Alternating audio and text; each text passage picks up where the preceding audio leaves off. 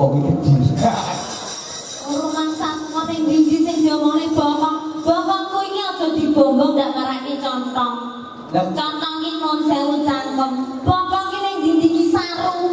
Kok panggah diomongin nang bokong.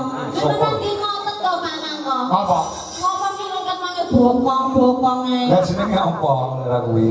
Mungkin liyane niku mawon. Dengan ini ngomong saru malah bolak-balik. Lah ya ngomong saru. Apa? Ngapa? Kok liyane niku kok. Ya apa? Liyane kuwi ya. Ana sandinge to. Boten tangan iki lho. Oh tangan.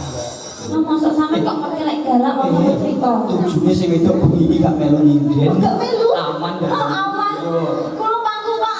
Asal gak iso. Gak wani. Bojone gak wayang kulit sedang atas kanthi eraran wahyu terima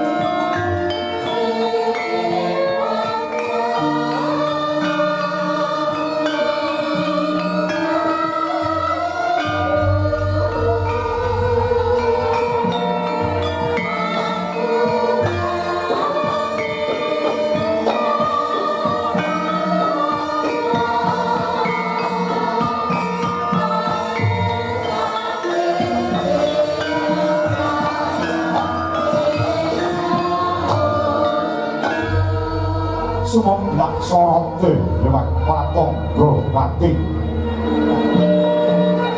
sonari dinapit gunung temah temawung sorot menggayung sumangguran debat socaningan gorakuh naratos sunari giwan arako dinapi siraping morojo ngastingo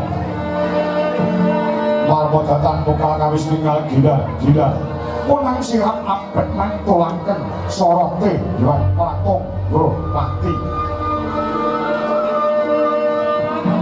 kaya nyebut asmaning Gusti Ngemo welas kang saratomo asih amorongane narap buka mondo niki negari pundhita ingkang minangka dadi omah bukaning carita ing dalu mangke olah menika ta warnane gumelang Praja Ngastina ya sinebut ing negara Gajah Oya ya winastaking Liman Nawi patut minangka panggonaning carita labet upaya dari 100 tan antuk kalih 1000 tan jagat sedoso dasar gorongan panjang marang kunjung pasir mukir gemah oripah loh jinawi kerto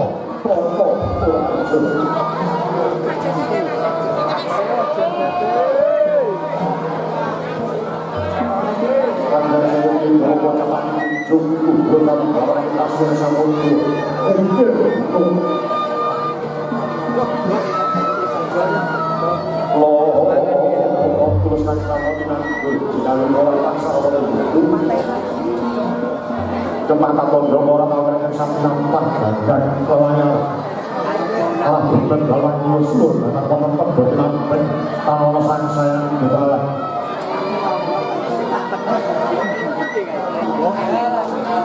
hari bangsa memotor yang sampai beliau sampai dan jejer pipet akan berjumpa tepung lapis kapan dia lemah urutan sini gemah rajani Morojo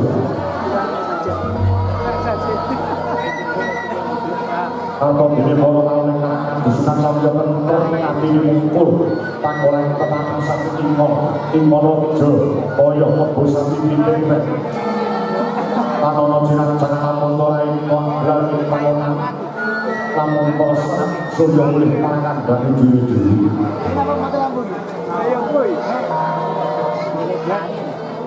Raja Dewi Sakit Malang Kepopor Mantri Bapak Sampai Polkan Paman Lincang Solo Limpang Galuh Putus Parman Kepopor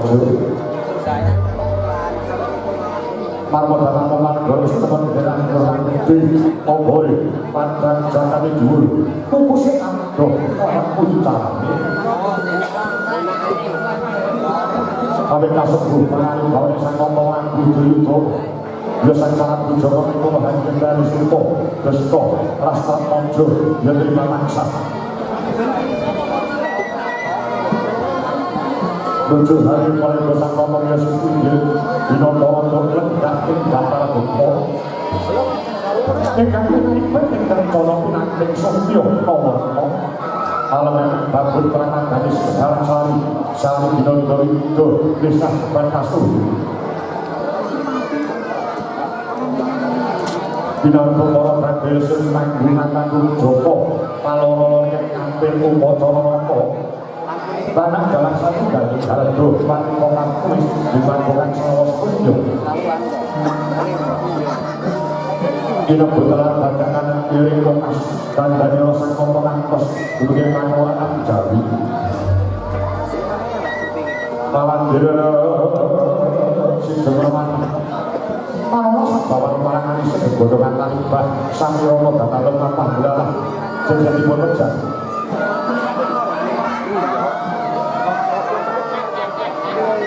Among laman-laman kata seseorang yang melakukan penjualan ini Binar Mojek Simpok Ini cuma satu boleh balikin Ilasan bawa orang di gending Rio kemasan Ingin sambilan bertarap di Anayai Pakaian Morojo Pating jalan berganti dari Morojo orang bersoyo Mui senani pangan gula Tadi pas semua berikan kesabi Jadi pangan gaya sang ngomong Rambut beli domo kasarung rawuhnya ingkang rama marasepuh saking negari Pandhawa Sang Prabu Sayo Yori Sang Narasoma Sigra ing acara tenggang Padrang Purayanggung minangka pratandha sasmita parang rawuh ingkang rama ing Pandhawa.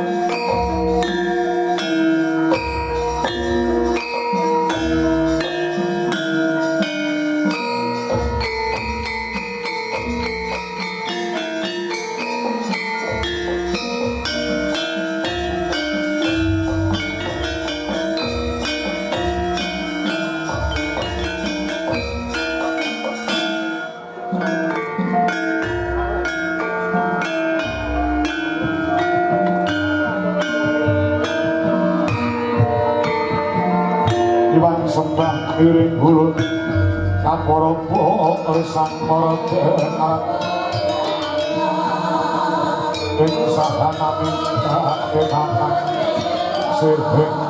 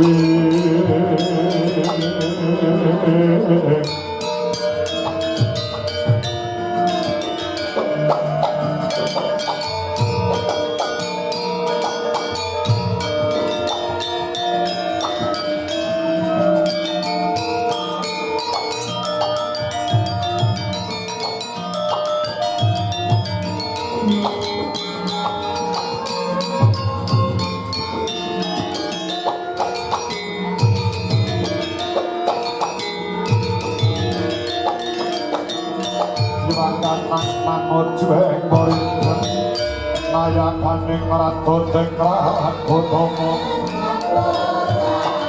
Manggo manugrahing lensis mosokono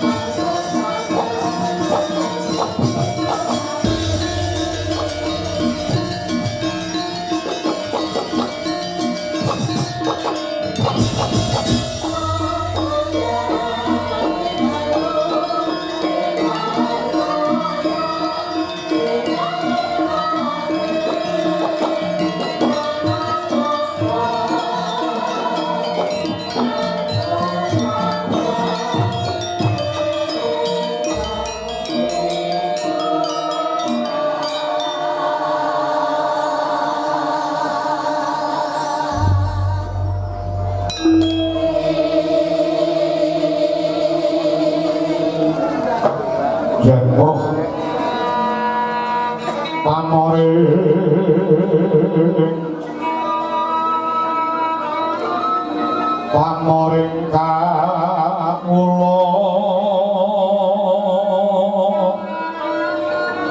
Gusti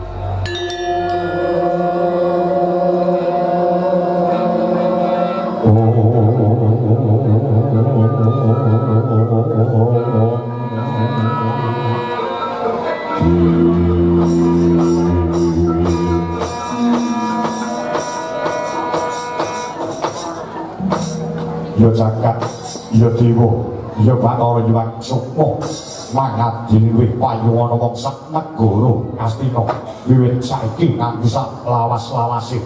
Duh Kanjeng Rama Kanjeng Rama Mara Sepuh ing negari Mandharaka kepareng sarawuh paduka Kanjeng Rama Prabu Salya wonten ing Stinggil negari Astina ingkang putra mantu kula Duryudana ngaturaken pambagya harja saha pangabekti mugi kunjuk sandhapada paduka Kanjeng Rama ing Mandharaka Wiratara.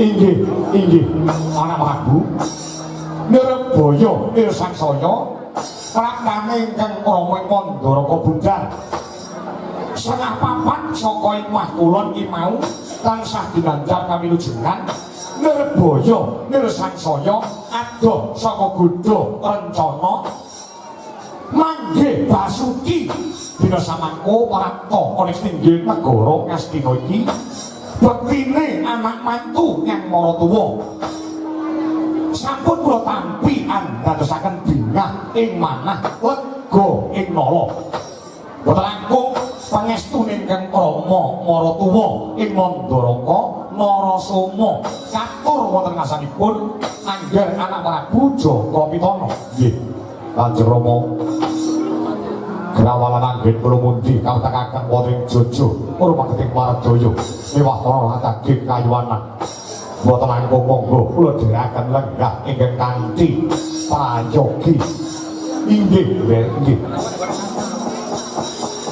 karaos boten kirang prayogi anggenipun ingkang Rama ing Mandharaka ngabyantara sowan ning ngaten nggih kendhek kumrung sunging galih kesuk panapa ing kalbu daya-daya ingkang Rama nyuwun katerangan kang sarta nyuwun dawuh boyong wonten ing gantos ingkang pundi sawatawis hari ingkang sampun kawuhi jengandika angger Kurupati utusan Karepati Prapta wonten negari Mandharaka kirim wagita utawi Nawala sareng sinarasa surasaning tulis wonten mriku kata pasmani dening Kyai Prabu Duryudana ingkang wonten Nawala kala wau paduka paring dawuh ingkang Rama ing Mandharaka kasuwun prapta wonten ing Stinggil negari Ngastina mriki moga nggih yen to boten wonten wigati ingkang prayogi ewa dhewe saklangkung wanter timbalan paduka menawi keni kuwi negari ngakatah ingkang Rama ing Mandharaka sumedya nganglungaken jangga nilingaken karna nyadong rumenang sabda sabdanipun angger Jakapitana surasane ing donya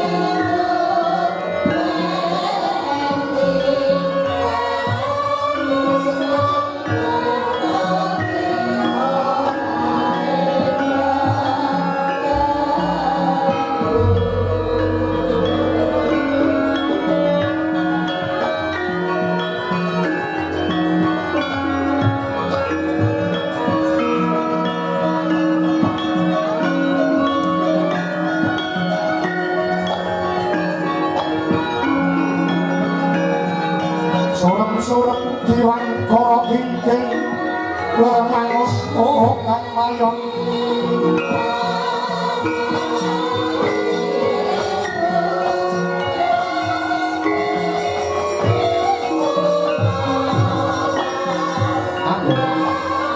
anak Prabu Duryudana sang kula dangu wonten wigatos menapa nyuwun dening Kang Rama ing Mandaraka kasuwun prapta wonten negari Astina paduka mingkem 1000 basa namung kemawon ingkang dadosaken kagiat rasih manah kula paduka netesaken waspa tegese neteske kula pun bapak Mandaraka melu keronta-ronta kula saged ngagapi kula saged nggarai toya jeneng dika iki lek gacamake nembe wonten dembolaning perkawis ingkang andhari paduka nandhang Sumawa nggih ambak-ambak kula menika nggih ratu nadyanto negara kula cilik boten negara gedhe kadidene negari Astina mriki Nalendra kuwi yen miyos Siniwaka aja nganti gawe tintrim ning bisa gawe tentrem nggih paduka lenggah wonten ing Jampar Kemanagon susah penggalihipun para nayaka namung mendel boten saged matur boten saged kumecap monggo to nggih paduka gendong perkawis menapa mbok menawi ora ketak klungsu-klungsu yen to bapakmu maratuwa ing Mandaraka iki iso melu udu mudari reruwet madangke pepeteng yen to sedaya perkawis namung dipun kendelaken dinengke wae iki mengke boten enggal paripurna boten enggal pundhak penandhang jengandika wonten menapa nggih wonten menapa kula mak percaya mawon kula mak percaya mawon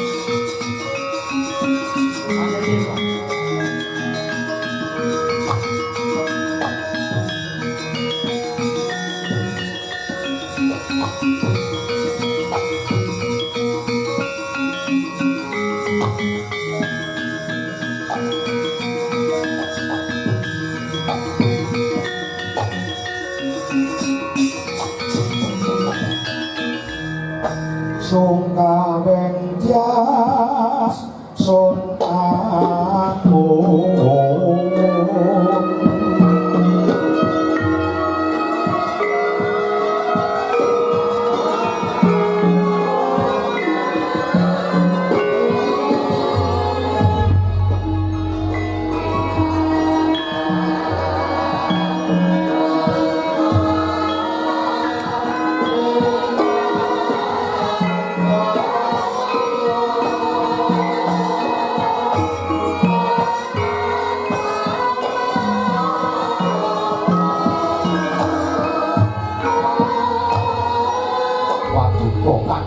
Aji Candra Birawa kula nyuwun tulung kula mangkat jahe kemawon kangge rumiyin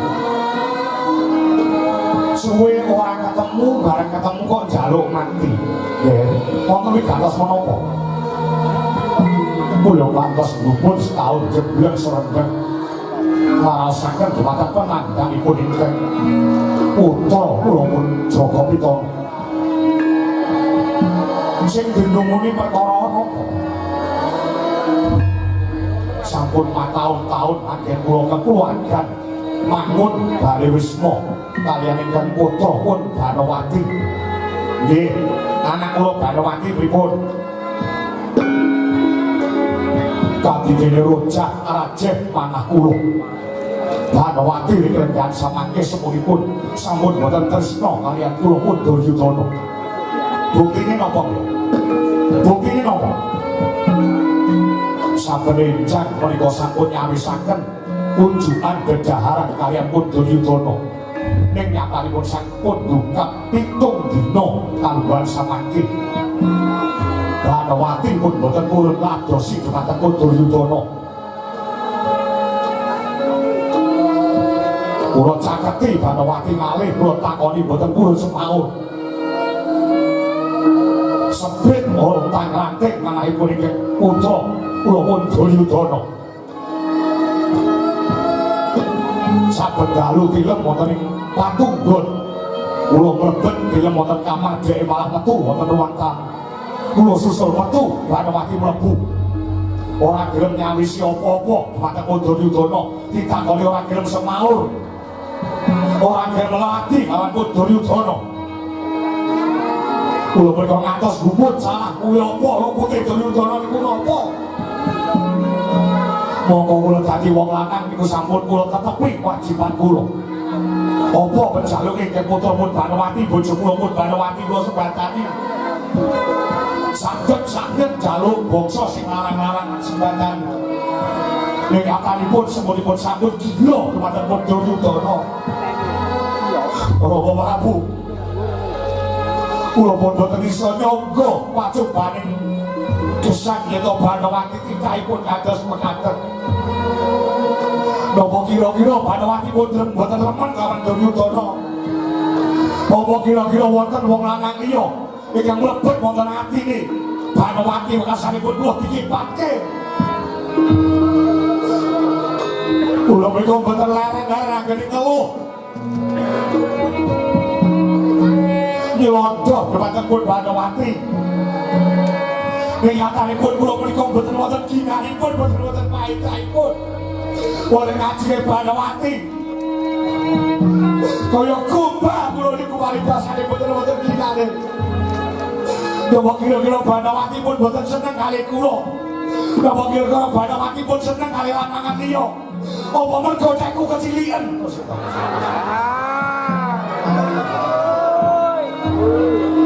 Sampun pinten dinten. Sampun duka pitung dina kaliyan samangke. Pun Banawati boten murid dados kula. Kula papateni mawon.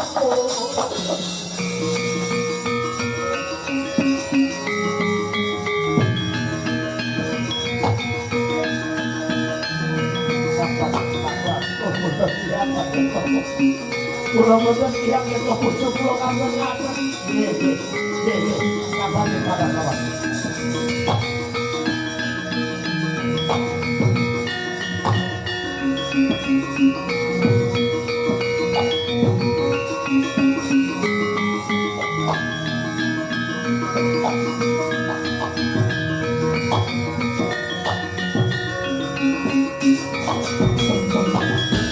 Ingat kerisang kabelangmu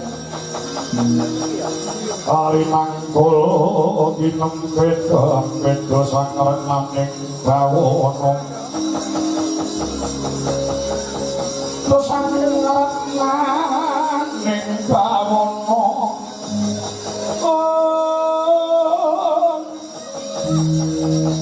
yo si tukang balang ati yo si tukang kan pasing jas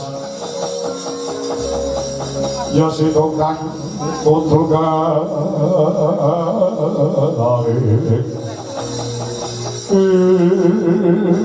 sabar rumiyin ya sabar keluarga mereka nggih kados mekaten cok kala mangsa keterjang ombak tegese pacobane wong bali wis moh cok kala mangsa bojo lanang karo bojo wedok iki cok kala mangsa ora iso nembu sakuyun ngetek sarangga tegese cok kala mangsa cengkah sing lanang njaluk ngene sing wedok njaluk ngene niku pun lumrah niku cara masakan niku kanggo bumbune wong kekeluargaan utawa wong rumah tangga sampun lebet-lebet anggenipun menggalih kula niku pun mboten daya piye carane Banawati niku lilih kula niku wonten negari Ngastina menika kula ratu nggih kula ngertos kula wonten mriki menika pimpinan wong sing mapan wonten ngarep dhewe ngatanipun kula wonten griya wonten ajine kali bojo kula jaluk apa-apa tak turuti jaluk sawah tak tukokke jaluk kendaraan tak tukokke jaluk gelang sak wayah-wayah tukokke dek wingi nembe jaluk jam nggih kula tukokke meyatanipun gerus ati kula brakane kula braka suka kali panjenengan kula teng mriki ketoke ratu pimpinan ning wonten griya niku kula kenumbah-umbah androke bojo kula iki gelem boten kula menika tresna kawan pun Banowati kan pun Banowati pun boten tresna kali kula. Kula tak ngombe racun tikus.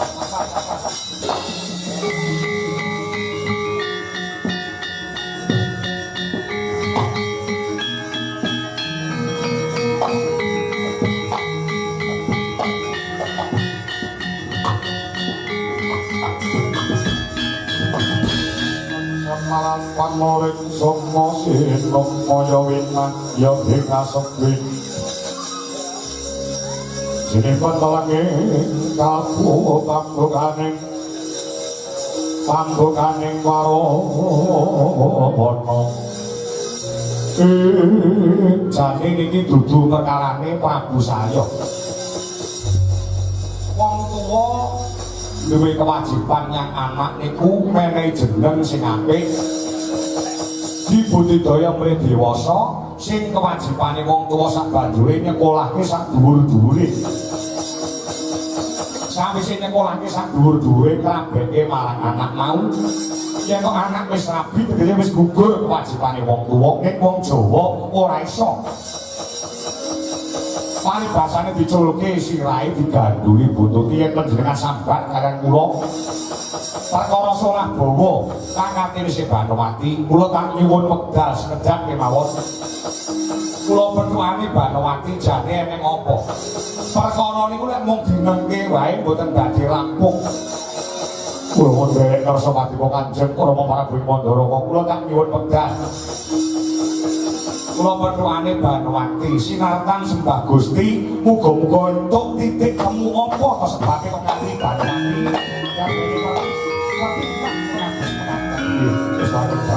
matur nuwun Kanjeng Rama.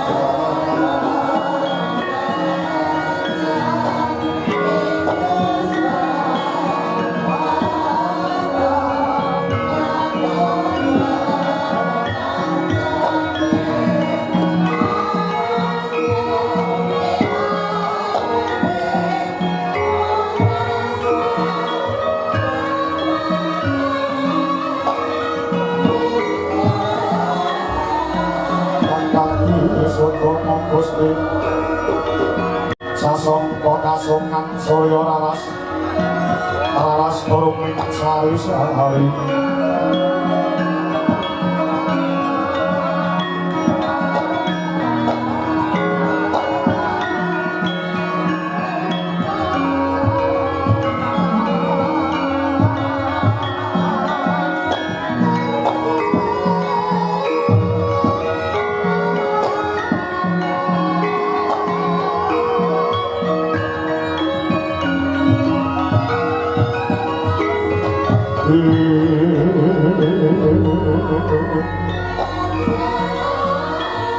Samyo mandok